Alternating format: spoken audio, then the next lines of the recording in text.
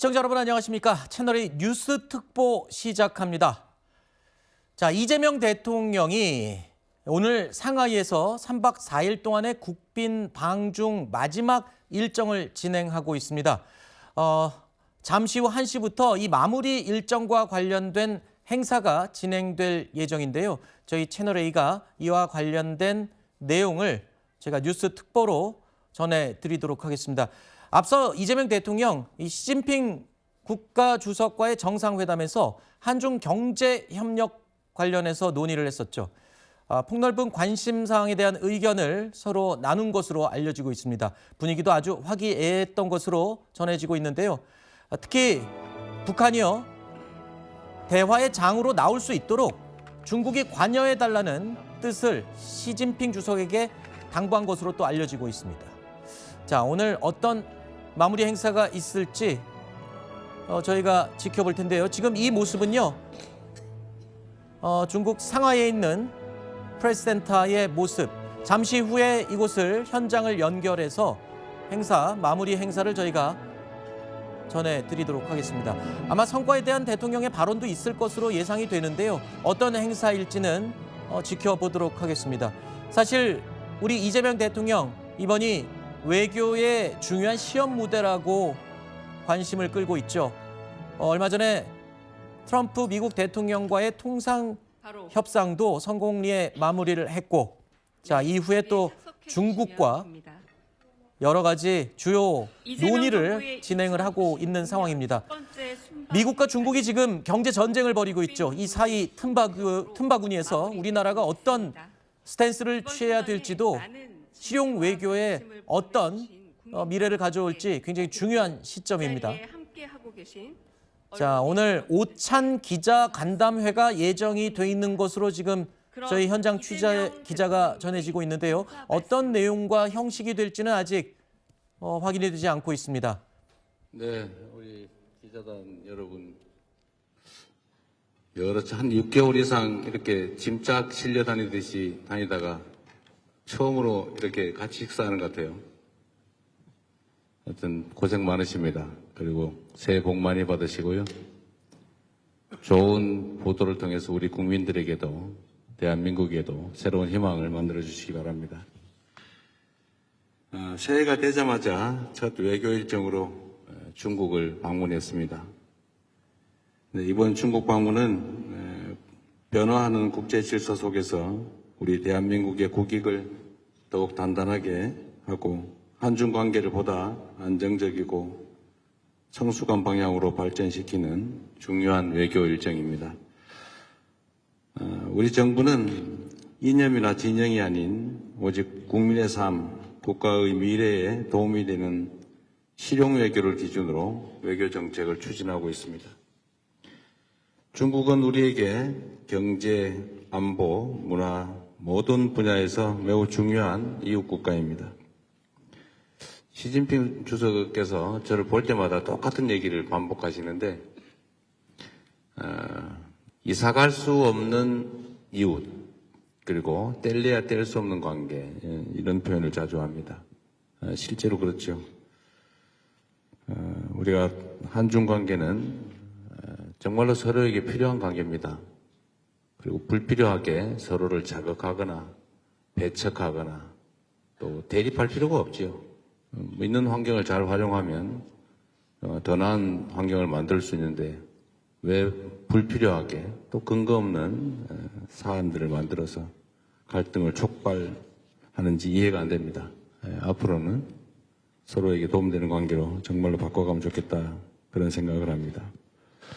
그리고 또 한중 관계라고 하는 게 많이 바뀌었습니다. 기본적인 토대가 과거에는 일종의 수직 분업, 우리의 앞선 기술력 또 우리의 자본력을 가지고 중국의 토지와 저렴한 노동력을 활용한 수직적 분업이었다면 이제는 그런 시대가 갔죠.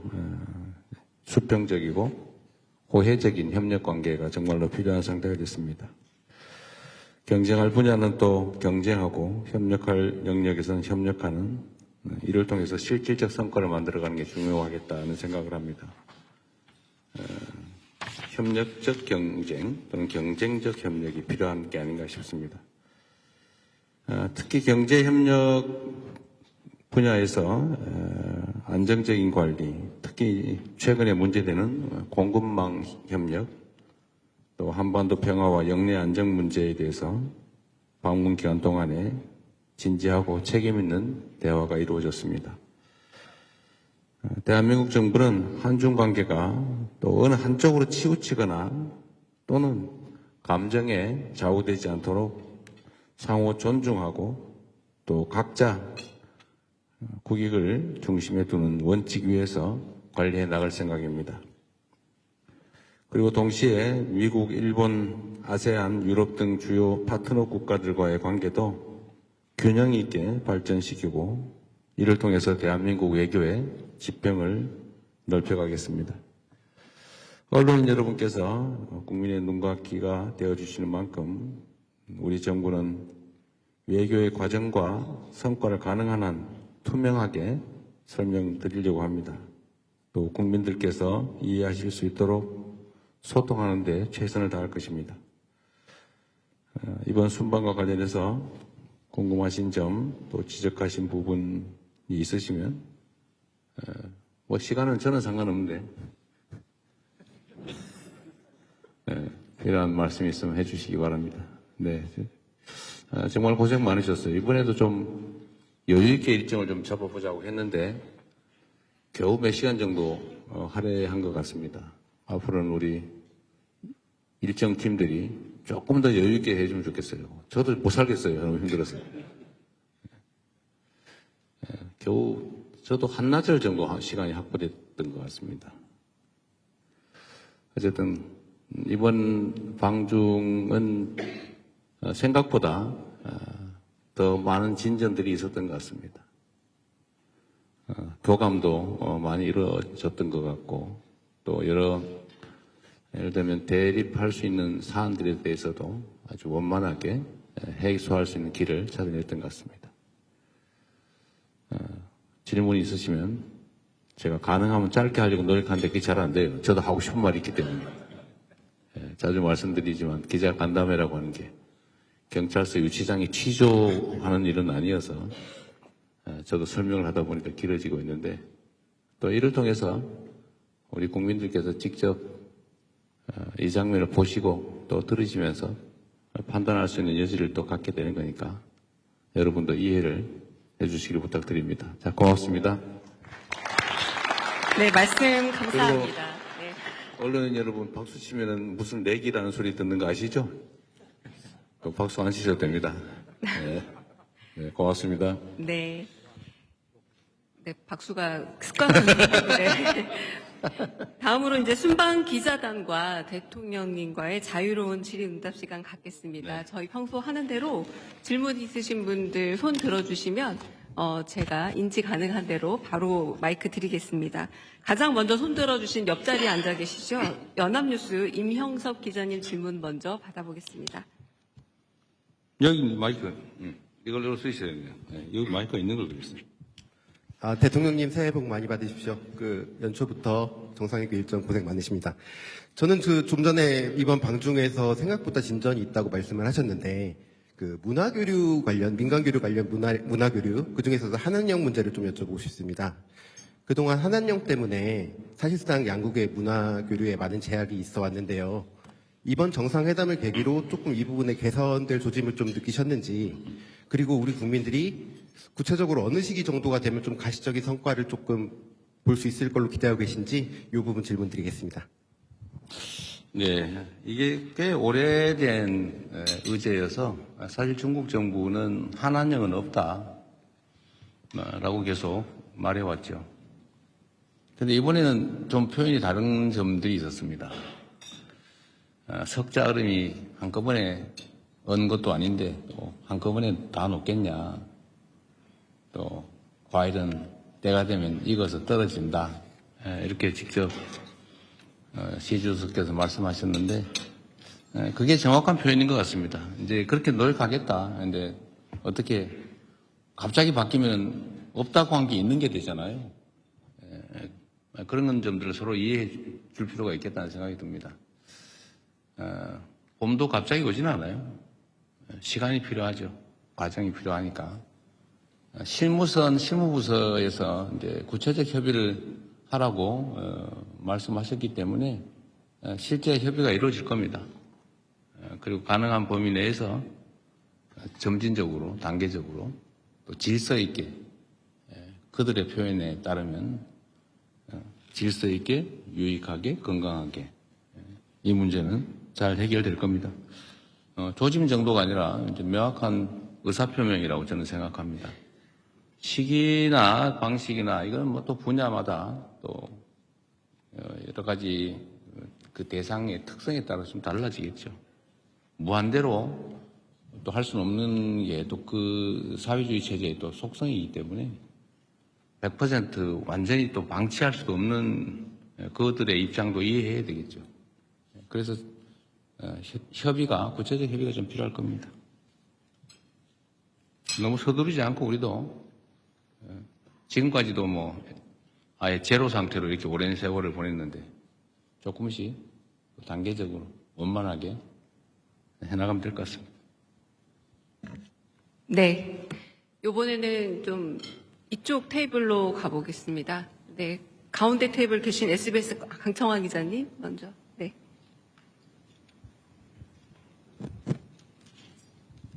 예, SBS 강청환 기자라고 합니다. 대통령 고생 많으셨습니다. 그리고 한중 정상회담에서 시진핑 주석께서 하신 말이 그 역사의 올바른 편에 서서 전략적 선택을 해야 한다라고 모두 발언에서 발언을 했는데 역사의 올바른 편이라는 말이 이제 중국에서 자주 쓰는 표현이긴 한데 최근에 이제 뭐 베네수엘라 사태라든지 중일 갈등도 심화되고 있고 이런 부분이 있어서 좀 그 의미하는 바가 있지 않나, 좀 시사하는 바가 있지 않나 하는 의도가 있는 발언이 아닌가라는 생각이 좀 들었는데 대통령께서는 좀 어떻게 들으셨고 또 회담에서는 또 그 관련된 어떤 이야기가 좀 나왔는지 여쭙고 싶습니다. 저는 그 말씀을 공자 말씀으로 들었죠. 착하게 잘 살자. 뭐 그런 의미로 저는 이해했습니다. 뭐 특정한 의미를 부여하고 싶은 의도가 있는지는 모르겠는데 우리가 역사적으로 바른 편에 서기 위해서 노력해야 되는 거 맞지요. 뭐 그걸 특정 사안에 염두에 둔 것이라면 저로서야 뭐 특별히 또 거기 반응할 필요를 못 느꼈습니다. 그냥 공자 말씀이라서 그렇구나 이렇게 생각했습니다. 뭐 정상회담이라고 하는 게 대화라고 하는 게 그런 거죠. 이게 사담을 나누는 게 아니니까 각자가 하고 싶은 이야기를 하는 겁니다. 더군다나 공개석상에서 하는 얘기는 그냥 액면 그대로 받아들여주면 좋죠. 저도 저의 할 얘기를 했을 뿐이니까요. 그리고 뭐 내밀한 얘기들은 또 비공개 석상에서 하게 되는데 그 자리에서도 제가 이렇게 말씀을 드렸습니다. 각 국가의 핵심적 이익이나 중대 관심사에 대해서 당연히 존중해야 된다. 뭐 대한민국의 핵심 이익 당연히 존중받아야죠. 핵잠수함 문제 같은 그런 거 아니겠습니까? 또 중대 관심사에 대해서 존중받아야죠. 우리는 일본과의 관계도 또 중국과의 관계만큼 중요하죠.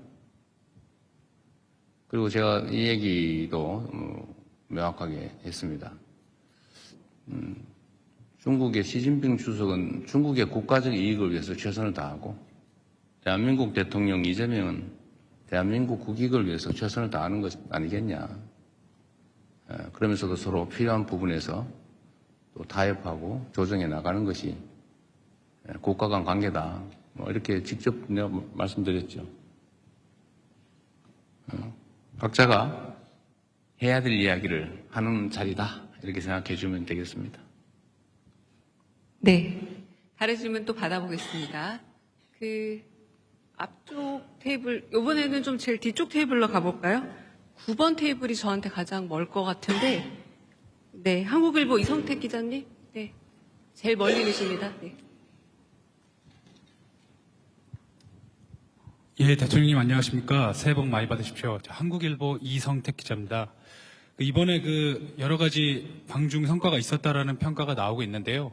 그중에서 이제 그 한반도 평화 안정 관련해 가지고 중국이 건설적인 역할을 하는 것으로 이렇게 확인된 부분이 성과로 좀 꼽히고 있습니다. 그리고 이제 이 과정에서 한중이 평화 구축을 위한 창의적 방안을 지속적으로 모색하겠다 이런 결론이 좀 도출됐는데요. 어떤 창의적 방안을 좀 생각하고 계신지 그게 또 한 가지 궁금하고요. 또 이거 연관된 질문인데 이번에 한중 정상회담 결과에서 한반도 비핵화 관련해서는 언급이 나오지가 않았습니다. 그래서 이걸 두고서 오히려 북한을 대화의 장으로 이끌기 위한 전략이라는 평가도 있고 아니면은 중국의 한반도 비핵화 의지가 후퇴됐다 이런 상반된 평가도 있는데요. 비핵화가 공식적으로 거론되지 않은 이유 그리고 두 정상께서 한반도 비핵화 관련해 가지고 어떤 인식을 좀 모으셨는지 들어보고 싶습니다. 정상 간의 대화의 가장 중요한 부분은 구체적 사안에 대한 해법 이런 것도 있겠지만 더 중요한 것은 신뢰죠.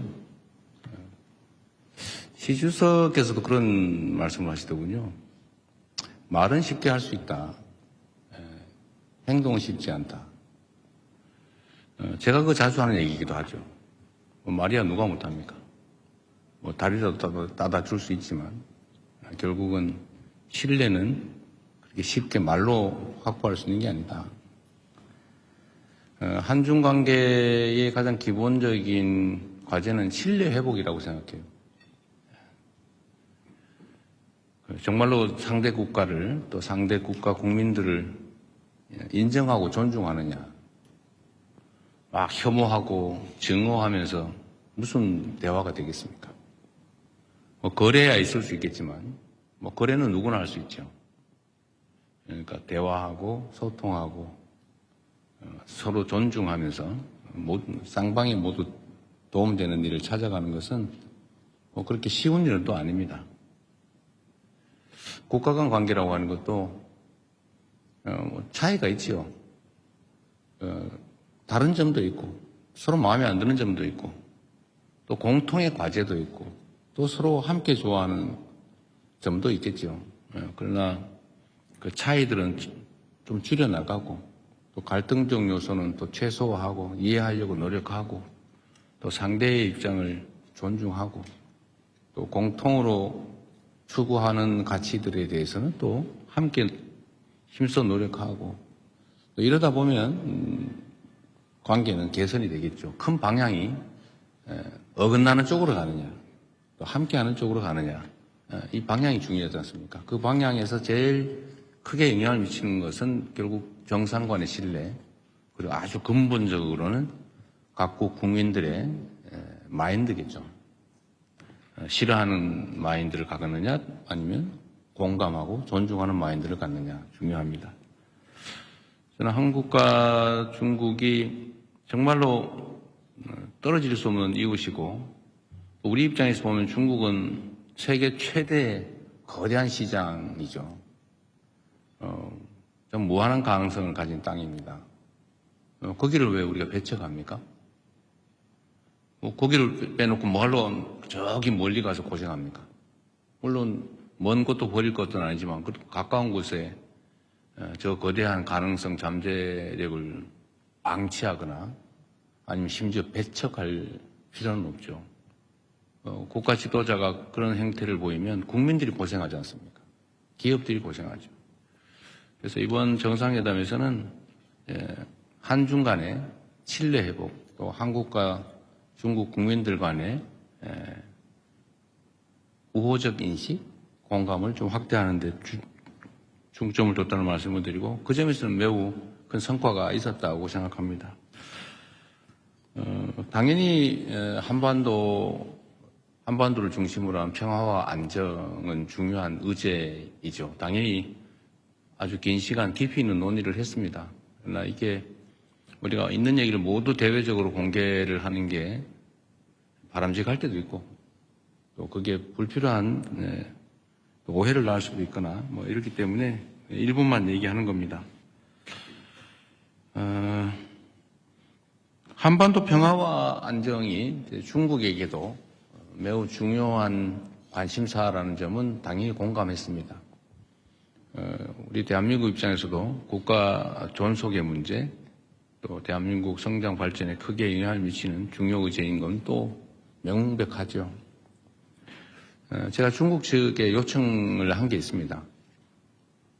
북한의 핵 문제를 포함해서 한반도의 이 문제에 대해서 좀 중재 역할을 좀 해주면 좋겠다. 우리는 모든 통로가 막혔다. 신뢰가 완전히 제로일 뿐만 아니라 적대감만 있다. 그래서 우리는 노력하지만 지금 현재는 완전히 차단된 상태라서 소통 자체가 안 되니까 중국이 그 중재자 역할을, 평화의 중재자 역할을 좀 해주면 좋겠다. 이렇게 얘기했습니다. 시 주석께서는 지금까지 노력을 평가하고 인내심을 가질 필요가 있다. 이런 얘기를 했습니다. 인내심에 관한 얘기는 시 주석뿐만 아니라 이창 총리도 똑같은 얘기를 하더군요. 인내심 얘기를. 그 말이 맞습니다. 우리가 꽤 오랜 시간 동안에 북한에 대해서 군사적 공격 행위를 했지 않습니까, 사실? 북한에서는 엄청 불안했을 겁니다. 우리가 상대와 대화하려면 상대의 입장을 이해해야죠. 또 우리 북한 편들었다고 종북이라고 할 겁니까? 그러니까 이건 냉정한 현실이죠. 엄청난 경계심과 적대심을 유발했습니다. 대화가 쉽지 않죠.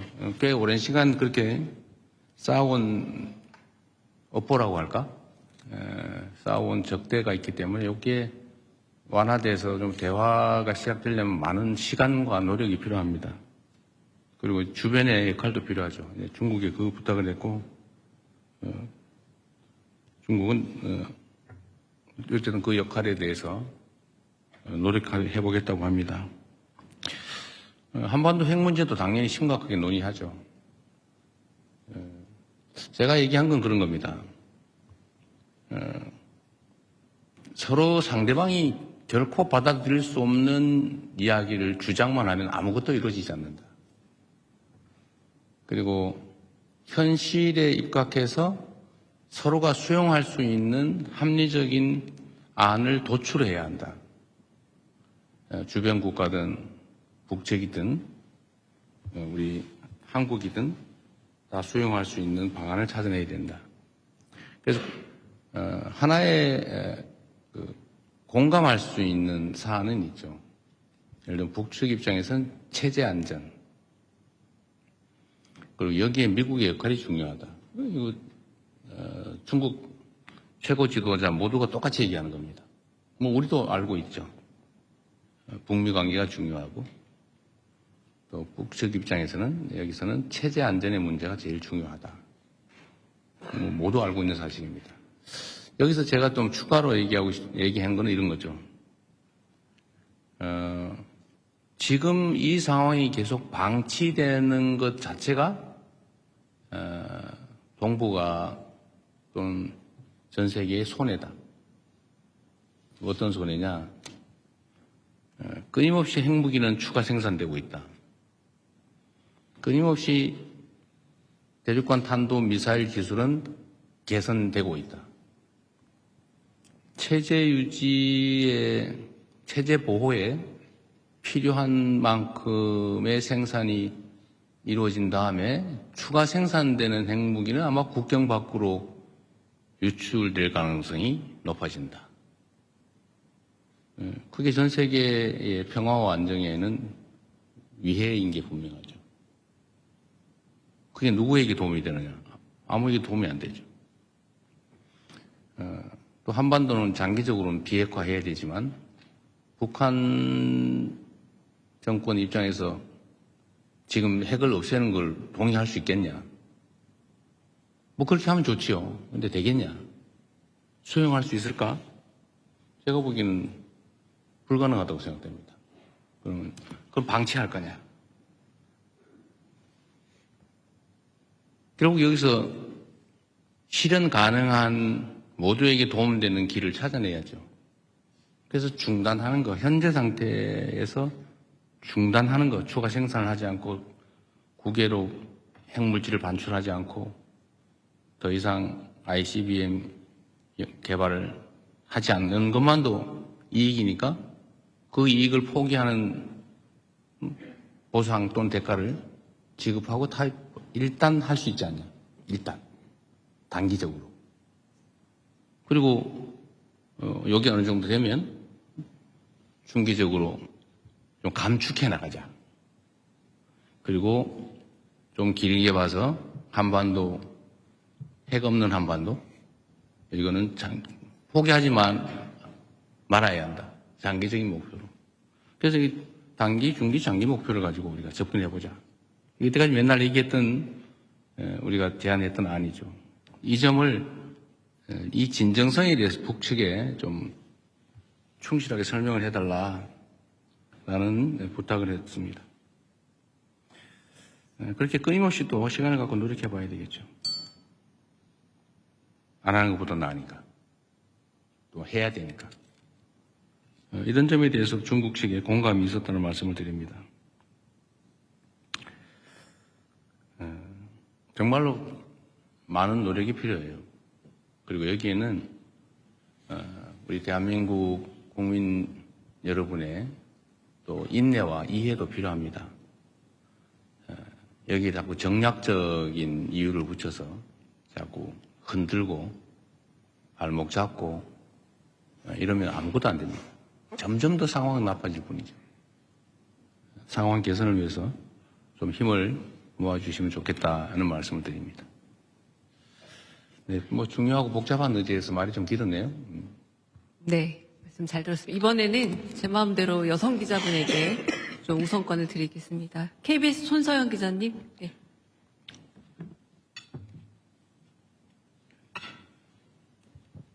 네, 대통령님 일정 소화하시느라 고생 많으셨습니다. KBS 손서영입니다. 어제도 말씀하셨고 이제 양국 우호 증진을 설명하시면서 좀 혐중 혐한 정서를 해소하는 문제의 중요성을 말씀하셨는데요. 중국 측 시 주석이나 이제 고위 인사들과 만나시면서 중국 측도 이런 문제에 대한 우려를 좀 표명했는지 그런 점들이 좀 궁금하고요. 이게 어쨌든 시간을 갖고 좀 해소해야 될 문제이긴 하지만 단기적으로 조금 뭔가 문제 해결이 필요할 것 같은데 그런 방안에 대해서는 좀 어떤 고민하고 계신지 여쭙고 싶습니다. 뭐 말씀드린 것처럼 가까운 이웃이고 떠날 수 없는 관계이고 거대한 잠재력인데 우리가 배척하고 피하면 우리 손해죠. 그런데 꽤 오랜 기간 동안에 혐중, 혐한 정서라고 하는 게 양국이 상당히 광범하게 또 지속적으로 또 악화되면서 정말 양국에 큰 피해를 입혔습니다. 저는 대한민국이 훨씬 더 큰 피해를 입었다고 생각해요. 중국의 예를 들면 상품 서비스 수출이 지금 많이 나빠졌죠. 그래서 홍콩을 제외한 무역 수지가 지금 적자로 전환됐습니다. 왜 그렇게 됐냐? 뭐 중국 사람들 입장에서 한국 상품 보면 싫은 거죠. 원래도 그렇잖아요. 한국 상품이나 문화가 좋으면 막 화장품도 사고 싶고 물건도 사고 싶고 놀러도 가고 싶고 그런 건데 자꾸 싫어하니까 주변에서 또 싫은 감정이 드니까 그럼 나빠지죠. 대한민국도 마찬가지죠. 그래서 이게 계속 악순환이었는데 이 점을 개선해야 된다라는 점에 뭐 저나 또는 중국 국가 지도자 모두가 동의했어요. 어떻게 개선할 거냐. 제가 근거 없고 불필요한 혐중 조장, 혐오 조장 이건 없어야 되겠다. 무슨 부정선거를 중국이 뭐 어쩌고 이런 정신 나간 소리를 해서 그 감정을 상하게 하면 되겠습니까? 근거도 없고 불필요하죠. 그래서 제가 국무회에서도 여러 차례 지적하고 또 명백한 허위 주장이나 행동에 대해서 엄격한 제재를 가하고 있고 또 이것 때문에 사실 많이 줄어들긴 했고, 이 점에 대해서 중국 정부나 중국 그 국민들이 많이 또 알게 되면서 호감도가 많이 개선된 것 같습니다. 앞으로도 계속 혐중 혐한을 조장하거나 또 선동하거나 이런 데에 대해서는 우리가 억제를 위한 노력을 계속해야 되겠습니다. 중국 측에도 제가 그런 얘기를 했죠. 대한민국이 혐중 선동을 하는 뭔가 근거 비슷한 거, 이런 게 좀 최소화돼야 된다. 증표가 필요하다. 그게 소위 문화 콘텐츠 진출 제한 같은 거다. 제가 이런 지적을 했죠. 그래서 그게 내가 보기도 사실인데, 한국 영화 잘 안 틀고 한국 공연 잘 못하게 하고, 실제 현장에는 그러니까 뭐 국가 정책은 아니라고 하지만 그게 개선되지 않고 있으면 그게 공격의 빌미가 된다. 근거가 된다. 아까 근거 없는 불필요한 이런 얘기했지만 근거가 있지 않냐, 그런 거는. 그런 걸 그래서 신속하게 좀 해소되는 걸 보여줘야 된다. 그리고 한중 관계가 서로 협력적이고 우호적이라는 걸 보여줄 필요가 있다. 그래서 제가 이것도 지방 균형 발전 차원에서 우리나라 사람들이 팬더 좋아하는데, 저 광주에 우치동물원이라고 국가 제2동물원이 있대요. 국가동물원이 있는데 거기 제2동물원이 있답니다. 그래서 저 지방에 국가동물원이니까 광주 우치동물원에 팬더나 한 쌍 보내주면 어떻겠냐. 그럼 뭐 실무 협의를 한번 해보기로 해서 지금 아마 하고 있을 겁니다. 그래서 이런 근거들이 좀 필요하다. 그래서 혐중 혐한 정서 문제는 이제 각 국가 차원에서 좀 해소하기 위한 구체적인 또 실질적인 노력이 필요하다는 점에 서로 공감하고 앞으로 실제로 진척이 좀 될 겁니다. 제가 이 점도 이제 중국 측이 얘기를 해줬는데, 이게 계속 이제 중국에 대한 악감정 계속 늘어나고 있었거든요. 좋아하냐 싫어하냐 이런 거 물어보잖아요, 국민들한테. 근데 이게 이제 좀 방향이 전환이 됐어요. 작년 아마 제가 취임한 이후부터 좀 전환이 되는 것 같습니다. 이게 아마 여러분도 보셨을 텐데 여론조사상으로 중국에 대한 국가 인식이 개선이 됐어요. 중국 국민들에 대한 그 인식도 많이 또 개선됐다고 합니다. 다행스럽죠. 이제 방향을 좀 바꿨으니까 많이 개선되지 않을까 싶고 좀 가속도를 붙여야 되겠다는 생각하고 있습니다. 여러분도 좀 도와주시기 바랍니다. 네, 다음 질문 또 받겠습니다. 여기 좀 안간 또 저쪽으로 좀 한번 가보겠습니다. 네, 동아일보 박훈상 기자님. 네.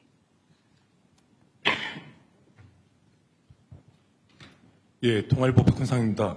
그 한중 양국 정상이 매년 만남을 이어가자는 공감대를 형성했다고 하는데 어떻게 공감대를 만드셨는지, 그리고 매년 회담을 어떤 방식으로 진행하실지 궁금합니다. 그리고 상무장관 회의 정례와 군소통도 복원하기로 했는데 사드 이후 끊어진 한중 소통 채널 복원이 어느 정도 됐다고 보시는지, 그리고 더 강화해야 할 한중 협력 채널은 어떤 분야라고 보시는지 궁금합니다. 일단 정상간 1년에 한 번 정도는 보면 좋겠다고 얘기했더니 뭐 좋은 생각이라고 하셨고, 다만 이런 얘기를 하시더군요. 꼭 한 번 오고 한 번 가고 꼭 그렇게 해야 되냐. 그래서 저는 괜찮다고. 그래서 아마 그런 생각을 한 게 아닌가 싶어요. 올해 에이펙 때문에 제가 중국을 가면 또 만나게 될 가능성이 많죠. 따로 양자회담을 하게 될 가능성이 많은데, 그러면 형식적으로 따지면 이제 시 주석이 이제 와야 되는 거죠. 근데 아마도 좀 쉽지 않을 수 있어요. 그 일정이라고 하는 게. 그럼 우리는 또 그런 거 따지잖아요. 한 번 왔으면 한 번 가고 막 그래야지. 그래서 그런 거 신경 안 쓰고 제가 가겠다고. 그래서 자주 오라고 하시더군요. 자주 연락하고 자주 방문하면 좋겠다. 좀 그 얘기는 어렵게 아주 표현을 했습니다. 좀 말하기 좀 어려웠던 것 같아요. 좀 꼭 뭐 왔다 갔다 그렇게 해야 되는 거 아니지 않냐 그런 얘기해서 제가 편할 때 우리가 가는 방향으로 해도 된다 이렇게 얘기했습니다. 가급적이면 1년에 한 번 이상은 한번 직접 만날 생각입니다. 고위급 대화도 계속 이제 확대해야죠. 다른 분야는 뭐 외교 분야든 통상 분야, 산업 분야 또는 학술 분야, 뭐 지방 정부 차원 뭐 이런 거 있는데 정당 간 대화도 좀 실제로 하자는 얘기를 했고 또 필요하면 군사 분야 이 분야도 좀 대화 격을 좀 높일 필요가 있겠다. 그리고 저는 이제 그 얘기도 했죠. 대화도 대화인데 실질적인 협력을 좀 하자. 특히 이제 수색 구조 합동 훈련 같은 건 좀 필요하거든요. 서해상에서. 이게 갑자기 대형 해난 사고가 발생할 수 있는데 예를 들면 경계 지점에 애매모호하면 좀 그렇잖아요. 그럴 경우에 그런 거 따지지 말고 양국 해군이 합동으로 수색 구조는 할 수 있게 평소에 좀 훈련해 놓는 게 좋겠다. 인도적 차원에서. 그 얘기는 답을 못 들었어요. 어쨌든 우리 입장에서는 각 분야에 또 각 급별로 대화를 좀 확대하다는 입장이고 중국 측도 그 점에 대해서는 공감이 있었습니다.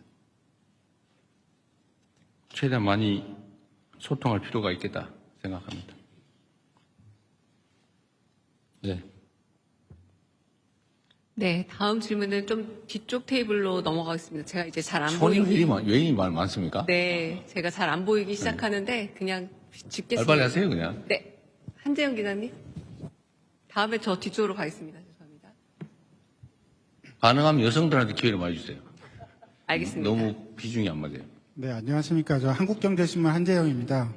그 중국 정부가 어제 일본으로 향하는 이중용도 물자에 대해서 수출 통제 조치를 발표를 했습니다. 이제 다카이치 일본 총리의 최근 이제 대만 관련 발언을 이제 문제를 삼은 것으로 보이는데요. 이 지정학적 기반의 정치 갈등이 이제 경제 통상 영역으로 좀 확산이 되는 것으로 보입니다.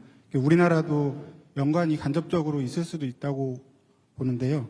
중국의 이번 조치를 대통령께서는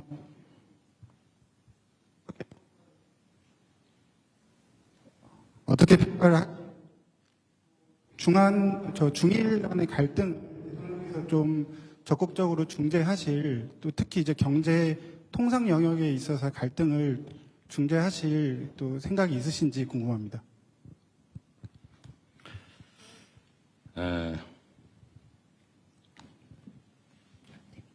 어른들도 뭔가 실제 이유가 있어서 다툴 때 옆에 끼어들면은 양쪽으로부터 미움받는 수가 있는데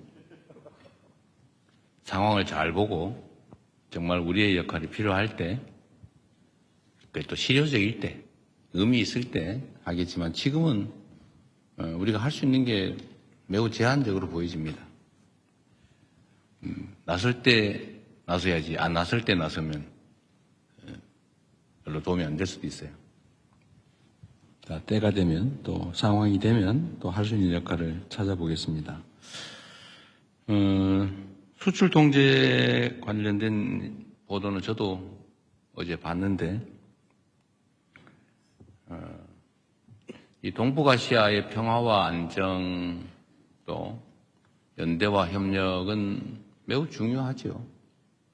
또 한편으로 우리는 안타까운 역사를 가지고 있습니다. 또 그 안타까운 역사 때문에 우려도 많지요. 역사적 경험이라고 하니 그렇지 않습니까?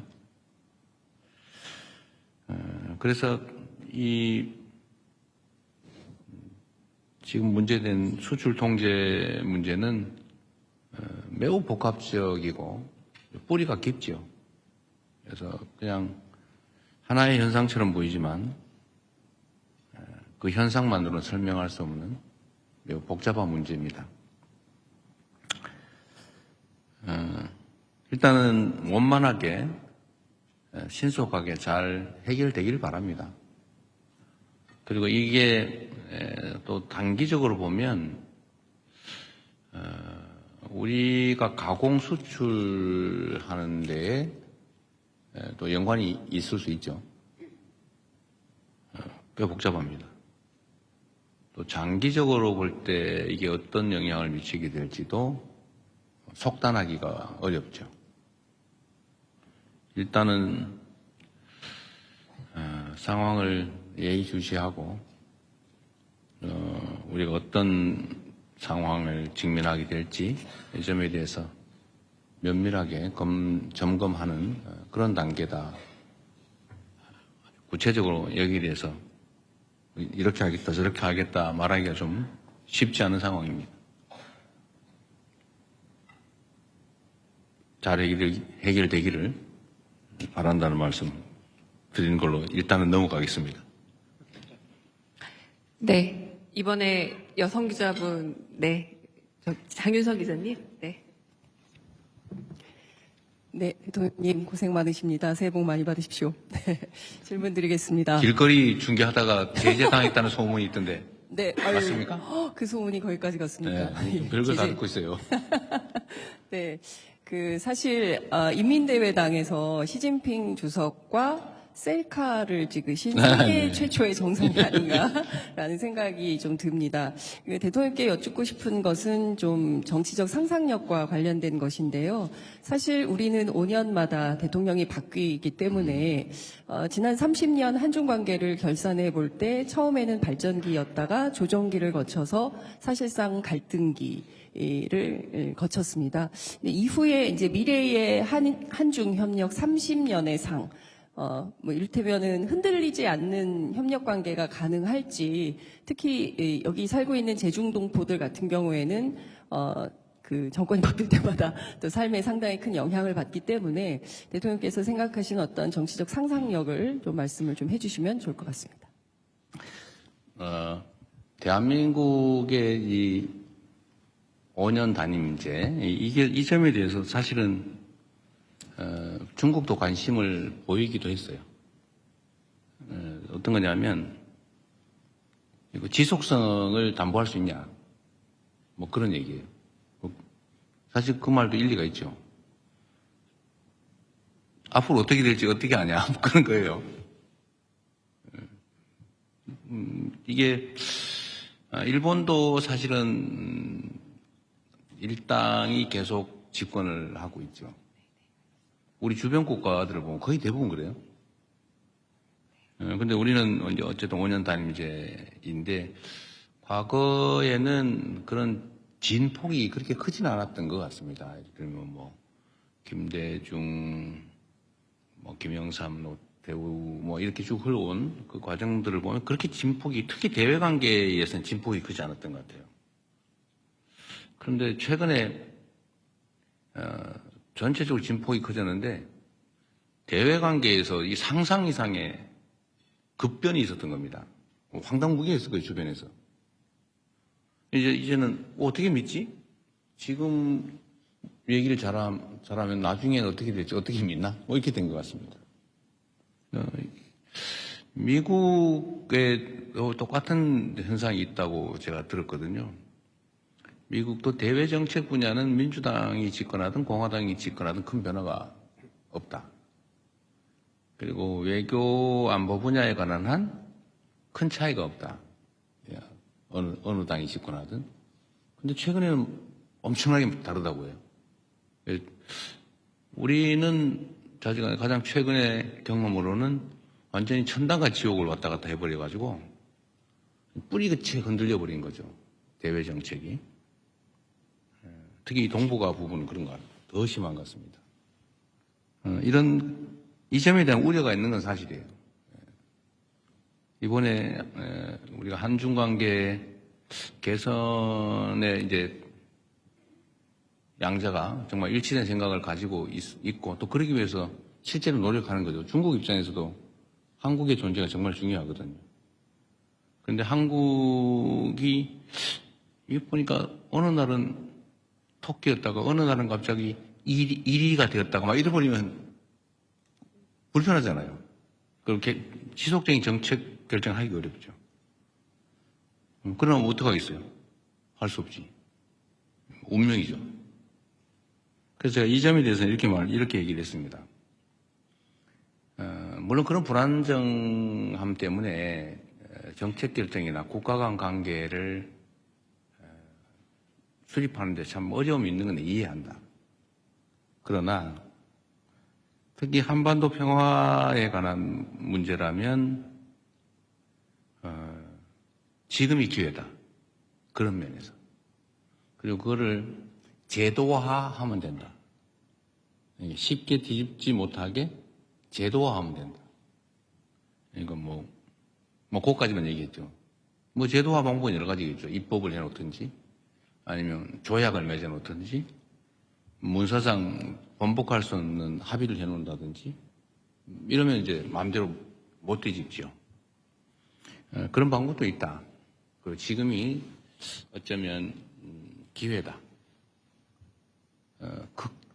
좀 미국 대통령도 매우 실용적인 사람, 현실주의자, 실용주의적인 사람이고 한반도 핵 문제를 현실적으로 실용적으로 해결할 생각을 가지고 있는 사람이고 나도 그렇고 중국도 그랬으면 좋겠고 이런 측면에서 좋은 기회 아니겠냐 이런 얘기를 했던 겁니다. 5년 단임제야 대한민국 헌법이 그런데 뭔 상상을 합니까? 그냥 가는 거지. 네.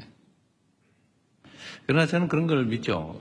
이건 국민의 바다, 민중의 바다, 이 민중의 강물 위에 떠 있는 배 같은 존재가 정치고 권력이니까 그 큰 흐름, 대한민국 국민의 집단 지성이 가지고 있는 생각이나 판단은 크게 바뀌지 않을 거다. 더군다나 이번 내란 사태를 겪으면서 그냥 맡겨놓으면 안 되겠구나 라는 생각도 했을 거기 때문에 어떤 체제가 되든 간에 우리 국민들이 기대하고 또 원하는 세상을 향해서 좀 부침, 흔들림은 있겠지만 계속 나아갈 거라고 믿습니다. 네. 네, 감사합니다. 순방기자단 오찬 간담회 사전 행사, 공개 행사는 아쉽게도 여기서 그냥 더 하세요. 방송 시간이 45분으로 정해져 있다라고 합니다. 법으로 막은 것도 아닌데 네. 기회를 주세요. 우리. 그러면은 네, 2분 정도 제가 더 기회를 드리겠습니다. 더 주세요. 괜찮아요. 짧게 할게요. 나도 짧게 얘기할게요. 그럼. 저기 네, 먼저 이슬기 기자님 먼저 네.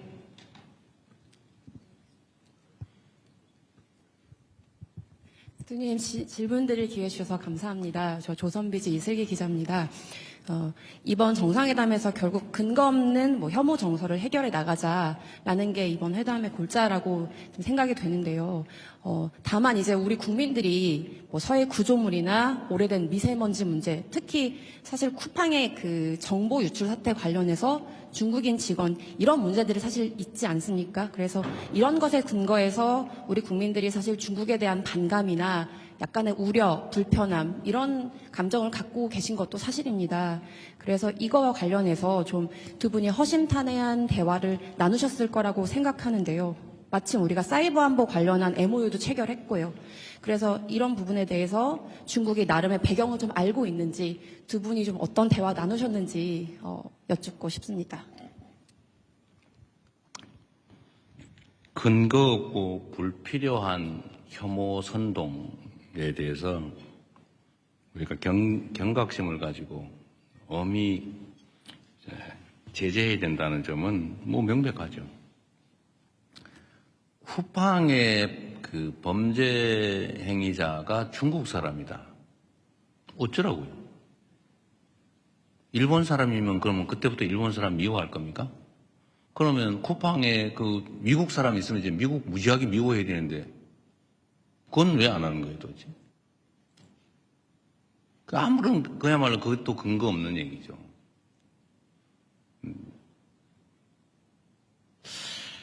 미세먼지 문제는 사실 우리 국민들께서는 좀 잊어버리고 있었을 가능성이 꽤 있죠. 예를 들어 한참 심할 때 이게 뭐 중국 발이냐 아니면 뭐 어디 발이냐 몇 퍼센트가 중국 거냐 가지고 막 싸우고 그랬잖아요. 저도 그 누구하고 싸웠던 기억이 있는데 방송에서.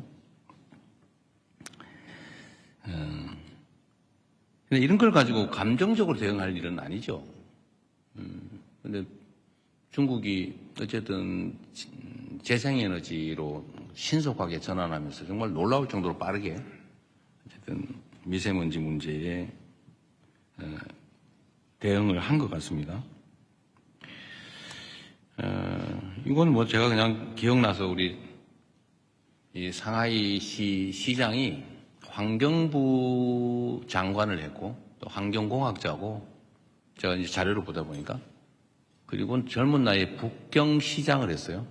그리고 지금 상해시장을 하고 있는데 북경시장을 하면서 이 북경의 환경 문제,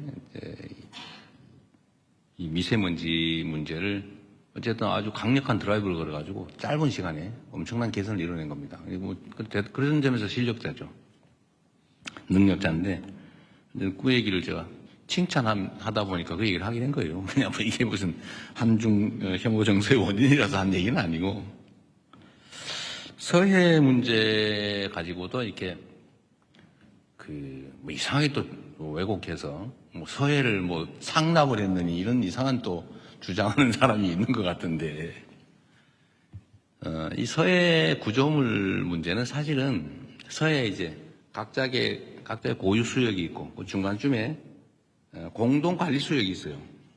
근데 공동 관리 수역을 사실은 이제 선을 그어가지고 관할을 나눠버리면 깔끔한데 그 중간을 공동 관리로 남겨놓은 겁니다. 이제 이거를 선을 그어버리면 제일 깨끗해요, 우리 입장에서. 근데 그 공동 수역 중에서 중국 쪽 경계에 붙여서 살짝 넘어온 거예요. 이 중간에 뭐 와가지고, 아니 뭐 그 중간에서 오른쪽으로 우리 쪽으로 와 있는 그런 게 아니고, 위치가. 그 중국은 우리한테 그러는 거예요. 거기 들어온 물고기 있는 것도 아니고, 진짜 물고기다. 양식하는 거다. 회유하는 좀 양식장인데 뭘 그러냐. 그런데, 하여튼 우리로서는 왜 일방적으로 하냐라고 이제 문제를 삼는 거죠. 그리고 지금 좀 양식장 시설이 2개 있다 그러고, 그걸 뭐 관리하는 시설이 또 있다고 그래요. 근데 관리하는 시설은, 그건 뭐 철수할게. 이래가지고 아마 옮기게 될 것 같아요. 일단 그건 옮기자. 그걸 뭐 자꾸 논란이 되니까. 그런데 우리 입장에서는 그냥 편하게 중간을 정확하게 그냥 그어버리자. 당신들 마음대로 써라. 그 안에서. 지금 그 얘기를 이제 실무적으로 하기로 한 거예요. 그럼 깔끔하잖아요. 그 선에서 우리 쪽으로 넘어오는 것도 아니고, 그쪽에, 실제 그쪽 수역에 근접해 있는 공동 수역인데, 그래서 깔끔하게 정리합시다. 라고 한 겁니다. 그렇게 하기로 했어요. 이제 어떻게 할지 실무 협의를 하기로 했습니다. 그래서 문제의 원인을 제거하자. 이렇게 정리하면 되죠. 근거 없고 필요 없는, 불필요한. 이런 문제는 정말 우리 언론 여러분께서도 정리들을 가끔씩 한 번씩 해주세요. 중간적 입장에서. 언론이 입장이 중요하잖아요. 누구 편 들어가지고 왜곡 조작하려고 하는 게 아니지 않습니까? 정치 집단도 아니고. 뭐 정치 집단이 그러는 거야 이해하지만.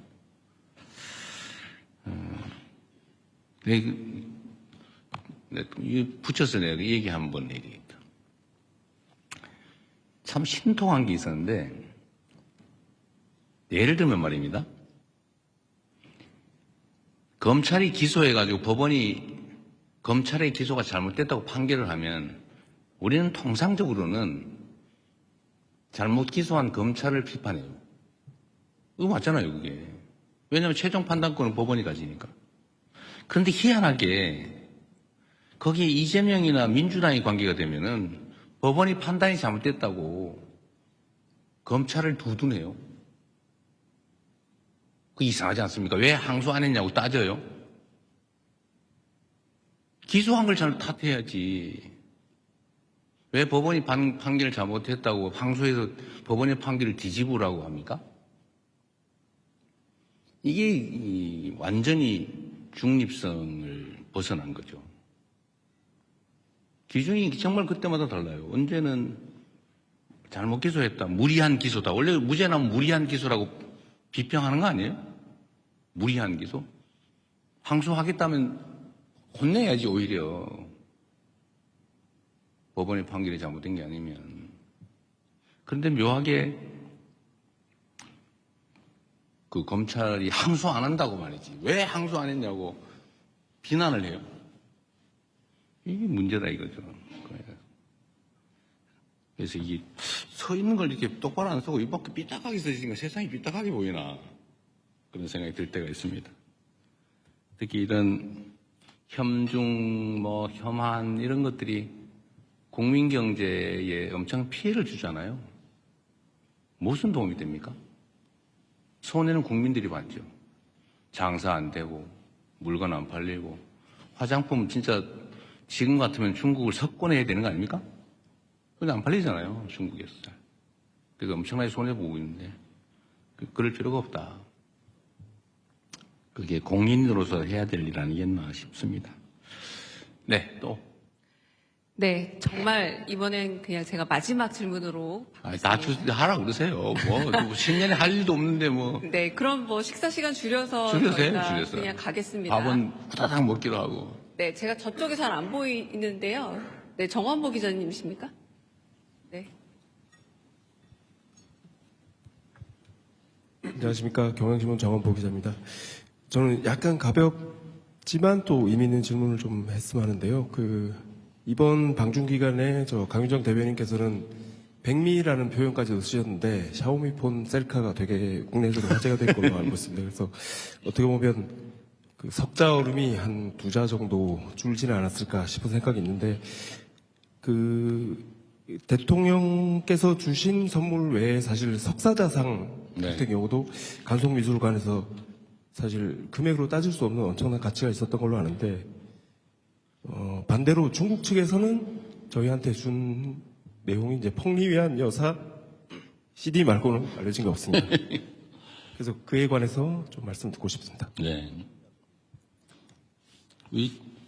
우리 정한보 기자님 의외로 그 선물 물량에 관심이 많으신 것 같아요. 이 선물은 마음이 중요한 거 아닌가요? 뭐 그건 지적도 일리가 있죠.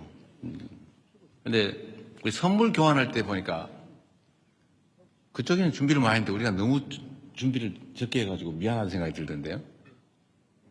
그때 우리 너무 정말 그쪽에 준 거에 비하면 너무 약소해가지고 우리가 너무 소심했나 이 생각이 들었습니다. 공식 선물.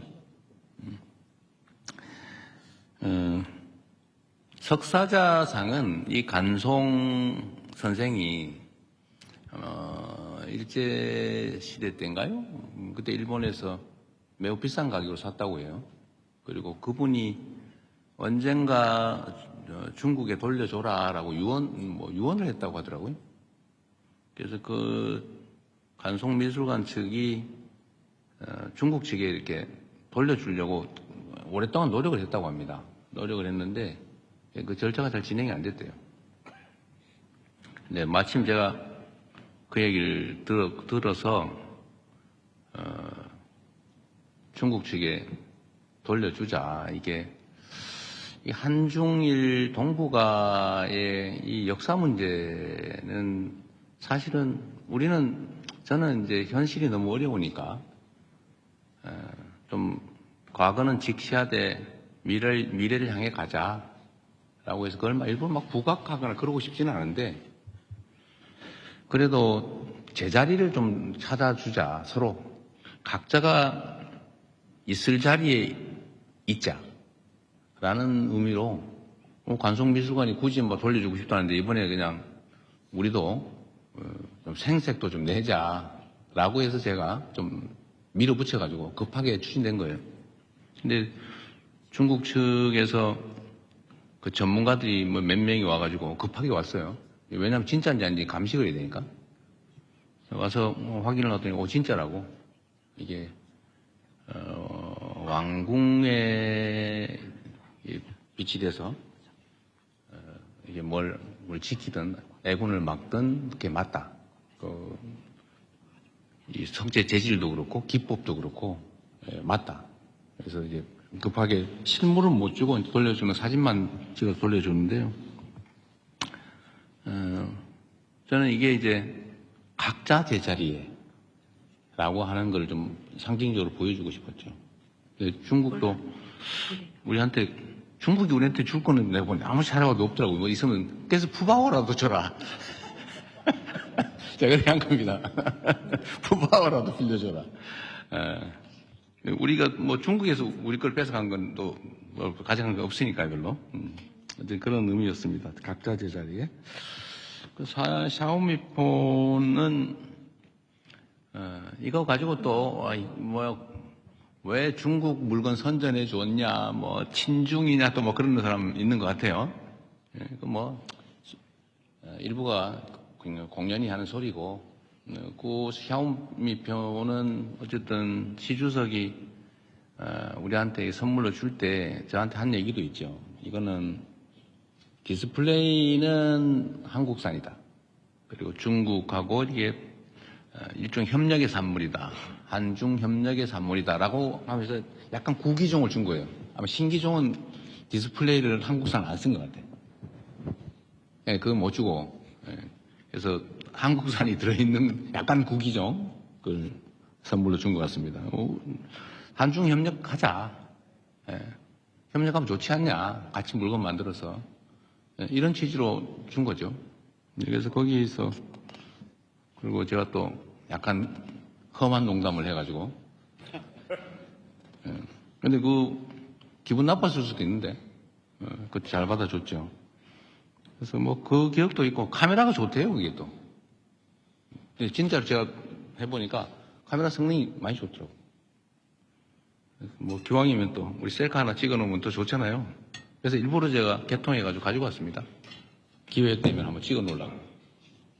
마침 기회가 돼서 찍었는데 내가 사진 찍는 그 장면을 또 누가 찍어가지고 잘 된 것 같아요. 재밌었습니다. 너무 물건 값에 너무 연연하지 말자. 우리 정 기자님. 그리고 참고로 제가 이거를 석사자상 이거를 중국 측에 무상으로 준 건데 원래는 간송미술관 측이 자기들이 무상으로 주고 싶다고 했는데 그건 절차상 안 되고 그래서 결국은 우리가 이제 국가가 양도받아서 중국에 이제 무상 기부를 한 거죠. 근데 간송미술관이 요새 돈이 없어가지고 난리라면서요? 뭐 어디서 보니까? 그런 데는 무상으로 정부에 준다고 그래서 제가 제값을 쳐서 다 주면 돈이 너무 많을 것 같으니까 조금이라도 줘라. 주는 걸 검토해라. 라고 지금 시켜놓은 상태입니다. 우리가 국가 간에 이렇게 외교에 필요해서 쓰면 그걸 뭐 민간에 뺏어가지고 꼭 돈 없어 힘들어하는 데다가 꼭 그럴 필요는 없잖아요. 그래서 제가 일정 정도는 보상을 해주는 걸 검토하라고 시켜놓은 상태입니다. 근데 법률적으로 가능한지 그럼 뭐 적정한 게 어느 정도인지는 또 두고 봐야 되겠죠. 근데 나라가 뭐 민간이 가지고 있는 거를 그냥 속된 말로 뺐다시피 공짜로 받아서 뭐 그럴 필요 없잖아요. 대한민국의 경제력, 재정력 수준이. 그래서 적정하게 가치를 주는 방법을 찾는 중입니다.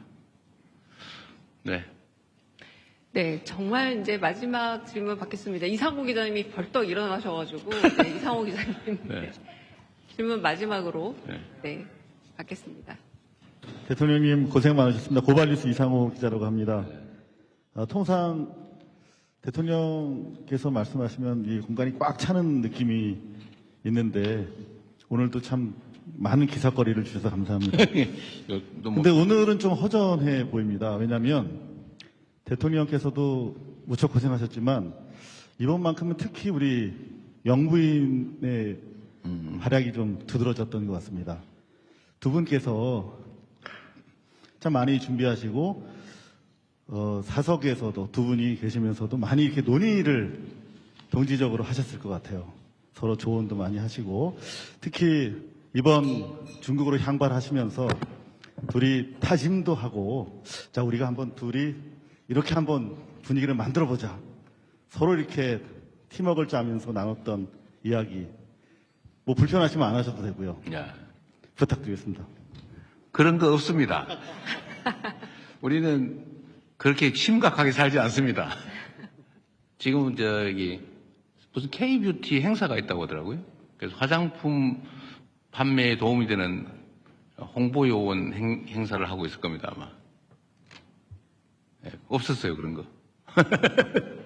네. 그럼 저희 여기서 그 사전 행사는 마무리 짓도록 하겠습니다.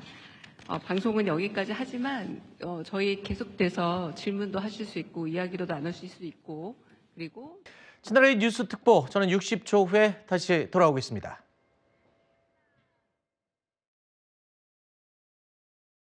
지금까지 중국 상하이 현지에서 진행된 이재명 대통령 오찬 기자 간담회를 생중계로 전해드렸습니다.